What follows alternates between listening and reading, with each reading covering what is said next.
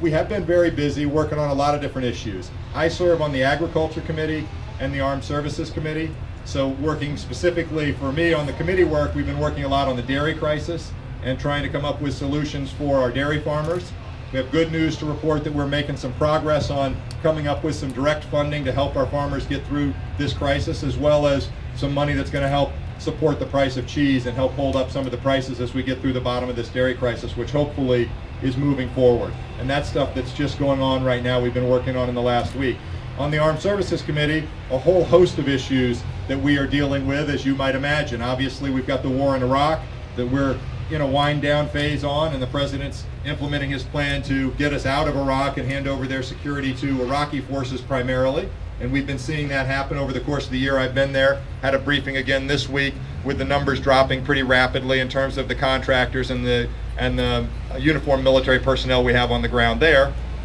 At the same time, we're dealing with the situation in Afghanistan, which, as most of you know, is not stable. We've got a central government there that went through this election with a lot of fraud and corruption going on, and we're really trying to figure out, I think in Congress, as is the president, what's the best strategy. We know Al-Qaeda was based there. We know they attacked us from there. We're not excited about letting that occur again by any means, obviously. And at the same time, we know that Afghanistan's been a very inhospitable place for us to have, for any foreign power to have troops over the life of really the history of the world. So we've got some very sticky subjects there that I think the president's working on, we're working on in Congress. The last thing I'll touch on very briefly, we've got the Iranian situation, which you've seen a lot about in the press recently, that we disclosed we had knowledge of an underground nuclear facility in Iran. I was in briefings getting up to speed on that with some of the information that is highly classified that we're working on figuring out what the right next steps are there, and that's obviously another situation that we're spending a lot of time and energy on. And then working on just general issues with respect to our veterans and our military, and making sure that our military families are taken care of and considered as we are living through this time of unprecedented use of our National Guard and Reserve, people going on multiple tours, and the impact is not just on 19-year-old active duty soldiers, but is on whole families, because so many of the people serving for us in Iraq and Afghanistan have families, kids, wives, husbands back here, all of whom are impacted. So those are some of the issues we've been working on in the Ag Committee and in the Armed Services Committee. And obviously I've also been involved in all the issues of the day that we're seeing on the floor. Everything that you read about in the paper we're dealing with in Congress, specifically a lot about the healthcare world, which has been obviously a big topic of conversation for the last couple months, and I would expect that I'll get some questions on that today. That's what I've done now, probably 25 to 30 open meetings since the 1st of August. We took a congressional recess, so I was able to travel around the district, and I've been to dozens of our local communities talking to people about what they like and don't like about the current health insurance system, what they'd like to see changed, what they're nervous about seeing changed. And I can tell you very clearly that I have a little story that I think very much summarizes the public mood on this. And this was, I was in Saratoga County. It was the Medical Society of the State of New York, the Saratoga chapter. I sat down. It was about 25 doctors and nurses from different practices. Sat down with them for dinner, talked for about 2 hours, listing all kinds of different problems with the current situation. People going to emergency rooms for care was really expensive, it's inefficient, it doesn't work particularly well. We've got great solutions for a lot of people, but we have some bad public health statistics, how we would fix it, lawsuits, this, that, specialists versus general, all the issues that we've heard about. And at the end of it, I said, okay, well, I got all these different opinions. You know, I have to vote. Here's House Bill 3200. You guys are pretty familiar with it because you're in the healthcare world. How would you vote? There's 25 people in the room. How many would vote yes? 8 hands went up. How many would vote no? 8 hands went up. How many of you didn't vote? 8 hands went up.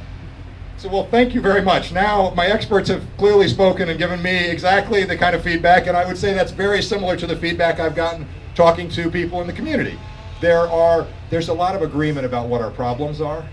There's a lot of disagreement about what the solutions are. And that's the tricky part of my job, because at the end of the day, I get to vote once. And as I said to that group, well, I'm going to piss off 2/3 of you, because whatever I do, 2/3 of you are going to think is wrong. And that's about what I think is going to be the situation, as best I've been able to tell talking to other people. So here's what I will tell you about my thoughts. I think we should get everybody into the insurance system. I'm in favor of an individual mandate that says everybody has to have insurance. I think that will lead to better outcomes. We'll have better public health statistics here because we won't have people that don't get care because they're worried about getting primary care that end up in our emergency rooms on not paying for the bills in many cases because they can't. Albany Medical Center wrote off $40 million last year in uncompensated care. They have to spread that cost around to all the paying customers. Most of the estimates are that a family policy in New York pays about $1,000 a year to cover the cost of people who aren't insured. So I think that system is broken. That's one of the things I think we can fix. I think we can have insurance reform to keep people from being excluded for having pre-existing conditions, to end the practice of rescission, which it's not as common in New York, but does occur all over the country. I think those insurance reforms there's pretty good support for.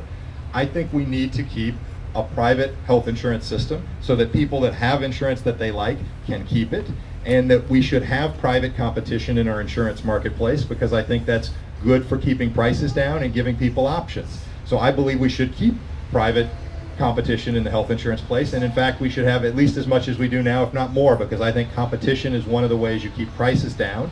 I believe that we should add a public option, some kind of not-for-profit option for people to have health insurance alongside private for-profit health insurance and other not-for-profit options, only if done on a level playing field, so that it's not set up to drive private insurance out. And I know there are people that believe that can't be done. I think it can be done, but I understand that concern, and I only would support it if it was done in a way that wasn't giving it some kind of advantage, because I don't want it to drive out private insurance. I think the exchange idea that we're talking about is a great mechanism for getting people that don't have insurance to get to band together. This is what we did with my small businesses when I was working with small businesses. We banded together with the local Chamber of Commerce or a PEO plan to try to get leverage versus the insurance company so you could get better prices. That's what the exchange idea does, and I think that's a good thing.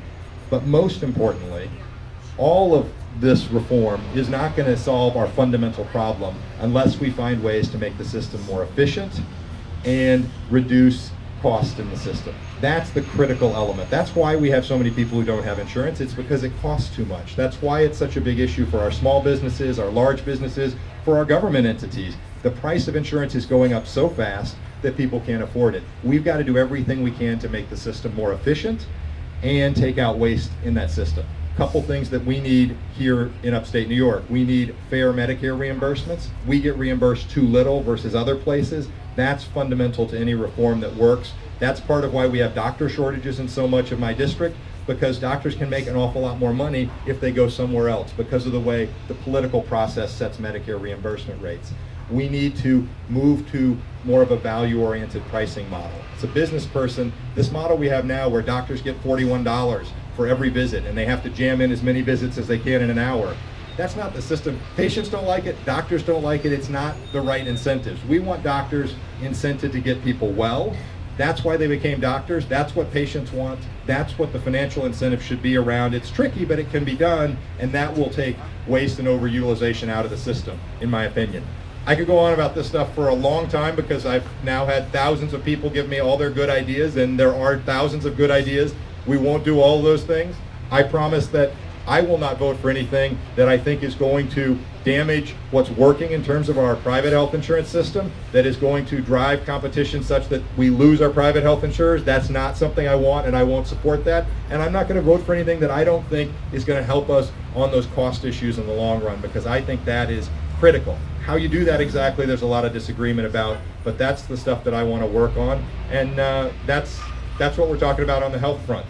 Let's open it up to questions, because that was a lot on health.